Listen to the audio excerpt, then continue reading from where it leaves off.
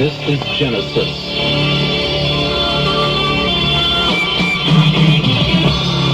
Who will be opening up their 1978 tour tonight at the Broome County Arena in Binghamton. Today I spoke to Tony Banks, the keyboardist for Genesis, about the tour and why they chose Binghamton to start it. Well, we like to sort of try and start tours in a place we've never played before, so that there's no sort of immediate comparison. Because obviously a first concert is a kind of strange event. It's always very sort of tense, and there are obviously going to be certain errors, and certain things haven't kind of evolved to their sort of fullest extent at this stage. But I know certain people who kind of make a point of trying to see first nights just because of the kind of nervous energy you get off them. You know, what you lose in perfection, you make up for with a certain kind of energy. How much time goes into planning a tour like the one that opens tonight right here in Binghamton? Well, really since we came off the road last time, we started to think about new ideas, and of course all our ideas meant working on various concepts involving mirrors and things. And it's really taken, I suppose, since then for it to sort of come together. Because every time you have a new kind of light show, you're kind of involving some kind of new technology almost. You know, you have to sort of work out ways of operating whatever you've come up with. And we have these sort of mirrors, 6 mirrors that kind of move. They can move in sort of virtually any direction and things, so it's suspended above us in the truss, and you know the mechanics involved in making these turn is quite complex, you know. With the new show tonight, are you going to be like judging audience reaction to certain things here at the arena? A bit, but one waits a few gigs before one makes a permanent assessment about whether numbers are either not working or not working, or whether the order could be better.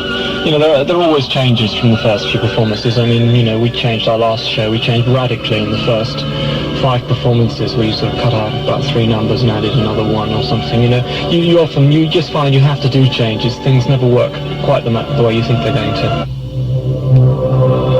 This is music from the new Genesis album, And Then There Were 3. I asked Tony Banks what other material they will be doing tonight besides stuff from the new album.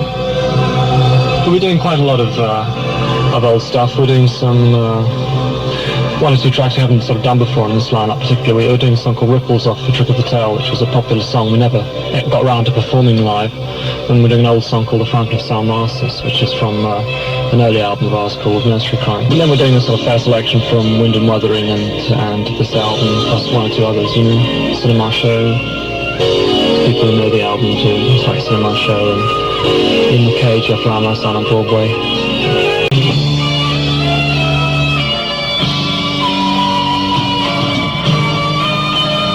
you looking forward to tonight's show? No, I'm dreading it.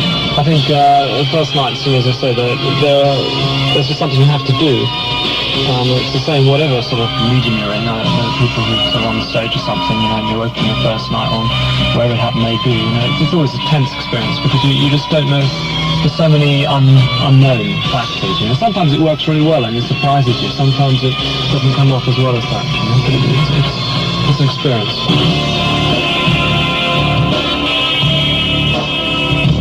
Tony Banks, Phil Collins, and Michael Rutherford are Genesis. And they'll be appearing tonight at the Broome County Arena to open their 1978 worldwide tour. Good seats are still available at the arena box office. Following the concert, we'll be continuing our discussion with Tony Banks. We'll be talking about the brand new Genesis album, And Then There Were 3, and a lot more about Genesis from the album station, WAAL.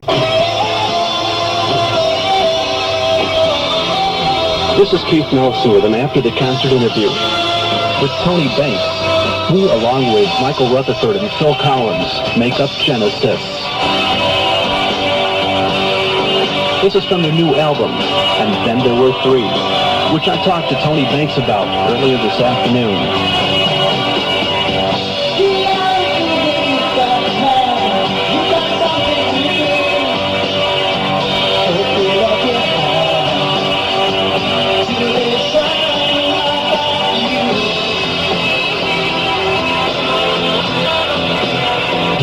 And Then There Were 3 has just been released.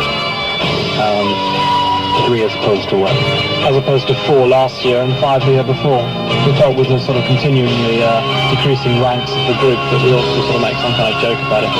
It just seemed like a very nice title. We kind of tentatively, as a working titled it that, and then we really couldn't find anything else that we felt was better than that. It just seemed quite a nice sort of way of referring to it. Good. Has it been harder to work with working with people every year?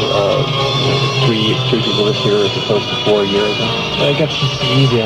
The fewer people you have in the group, the easier it is, because you have less people's space to accommodate. You can, obviously there's more for each individual to do, if you like, but there's less fighting you have to do in order to get one particular idea through. So, as far as we're concerned, we're quite happy down at 3. I think it'd be difficult for us to be any smaller than this without making certain augmentations on records.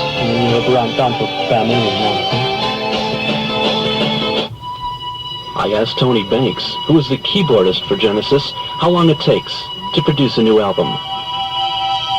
Well, it's a difficult thing to estimate that, because obviously the writing and things starts sort of a long time before. And the actual recording, we spent about 12 days doing the backing tracks and most of the vocals, and then we spent about another 3 weeks finishing off the recordings and mixing it. We did them in 2 separate studios, that's why I split that like that. So all in all about 5-6 weeks to actually record and mix. But prior to that, we'd been rehearsing for about 6 weeks as a group. And prior to that, we'd been writing the songs really since the last album was finished.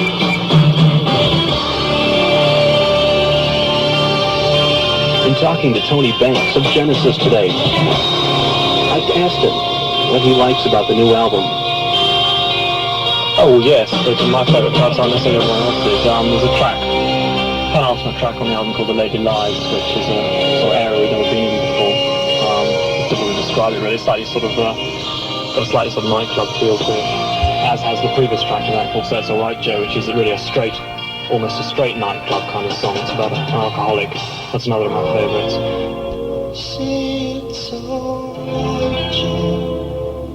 And I also like very much the single, which is the final track on the album. I haven't heard the American single versions have a slightly different mix to the English one. I haven't heard it, so I don't know, I can't criticise that. But the English single is doing very well in England and Europe, so it'd be nice to see it doing that sort of thing here.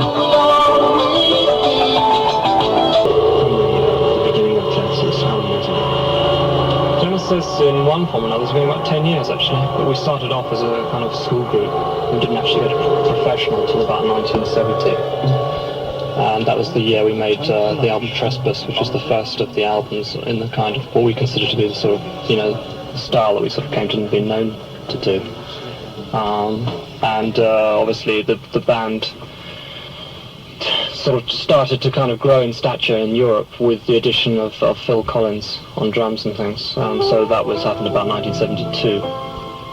So, well, it's difficult to say in its present form. The band's only been going for 6 months, you see, so it's a constantly changing lineup, which I think keeps it quite fresh. I think it's quite good to have changes in lineup. It's a sort of challenge, and means you don't sort of stagnate, and you can't just sit back and rest on on previous successes. Each time a tour is a bit of a challenge. Each album that comes out obviously is a little bit different from each previous album, and with the different changes in personnel that are continually going on. Is there a favorite album of yours that you think was the best out of the bunch? Well, I always think the latest album's the best. I mean, it's just what I'm most interested in. I mean, I'm more interested, in fact, in the next album, which I think that's what I'm writing for now, if you like. I mean, obviously, once an album comes out, it's no longer even the most recent one. But of earlier albums, I don't know. I mean, I'm very keen on Foxtrot from the early days, and also The Lamb Lies Down on Broadway, and A Trick of the Tail. And I like them all, actually. Hopeless. I mean, I've always had one or two of the earlier albums I think are slightly less good, but in the main, I think, it's more I like tracks off individual albums rather than saying you like necessarily a whole album. There's always the odd track that stands out. Tonight you opened up the 1978 tour here in Binghamton. Where do you go from here? It's Buffalo tomorrow and Rochester the next day. This tour we're doing a kind of world tour, and we're doing in this world tour we come back to America 3 different times. The first time is taking it mainly sort of East Coast, sort of New York State, around this sort of area, and also the West Coast, and also Chicago actually as well. It's a kind of weird tour, and the second tour is open air venues, some of which are around sort of French Canada and things like that. And then the final tour we play where we didn't play before, really. But I mean, between all that, we're doing a European tour and also a Japanese tour. What's it like touring? Going to different cities, being in a different city every day, every other day. Does it get tiresome? It depends on the cities. It also depends how long you've been on tour up until that moment, and also it depends on a lot of things and your state of mind. I mean, I preferred touring, I think, a few years back when we were unable to arrange our tours in a way where gigs fell one day after each other, right? So you got these ridiculous gaps there of a week suddenly where you were just left to your own devices, and so we used to do these drives and things and just go to places that were really nice. I miss that. But I mean, you can make the touring is really what you make of it, you know. We try to make as much as possible. So you'll be touring the world. Do you ever get tired of like playing the same songs in the same order, you know, every concert, or are you always trying to, at least in your mind, freshen it up every night? In other words, keep the opinion of, well, you know, I'm doing this show in Buffalo tonight, and I've got to do the same show that it's a different audience, so I've got to perform just as well as any other night. Yeah, I don't think one ever says, well, I'm not going to perform well. I can't say that one enjoys every performance equally, but one's quite as likely to enjoy the 96th performance as much as one enjoyed the 4th, say. I mean, it doesn't sort of relate like that. You keep it fresh just because, as you say, it's a different audience every night. Although I must admit, when you're on stage, you're not, you're often very wrapped up in your sort of in the stage performance. You don't sort of think too much about what's going on out there. But I mean, I've found I've enjoyed gigs sometimes when you think you must be getting bored because you've played it a lot of times. But even on a long tour, you don't play the same songs more than say 120 times. That's not really very many if you think about it. Particularly when there's a kind of 24-hour break between each performance, a minimum of 24 hours, maybe a lot longer. How do you react to audiences? I mean, if it's a so-so audience, does that have an effect on you on the stage? Yes, I think it has a very strong effect on the group, and the group responds to an audience that reacts well to it. I often think it's worth, I think even the worst groups, it's not a bad idea to really applaud the first number, because I think you'll be amazed the difference it makes to the group when they play the second number. I mean, that's obviously from where I stand, I know that it makes a difference. But we like audiences basically to be quiet and attentive during the songs, and to make as much noise as possible at the end of them, which, I mean, that's a very European reaction. Europeans always do that. In the States, people are rather inclined to make a lot of noise during the concerts. They're rather fond of hearing their own whistles and things, which is a bit of a pity.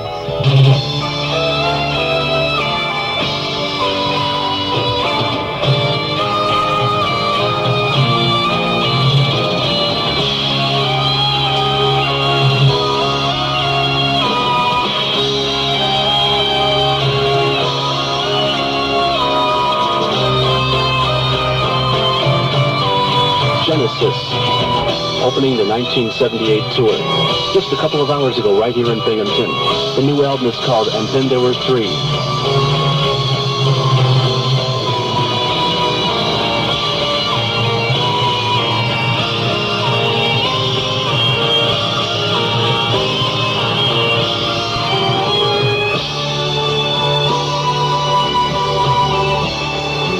This has been an after-the-concert interview with Tony Banks, who, along with Phil Collins and Michael Rutherford, make up Genesis.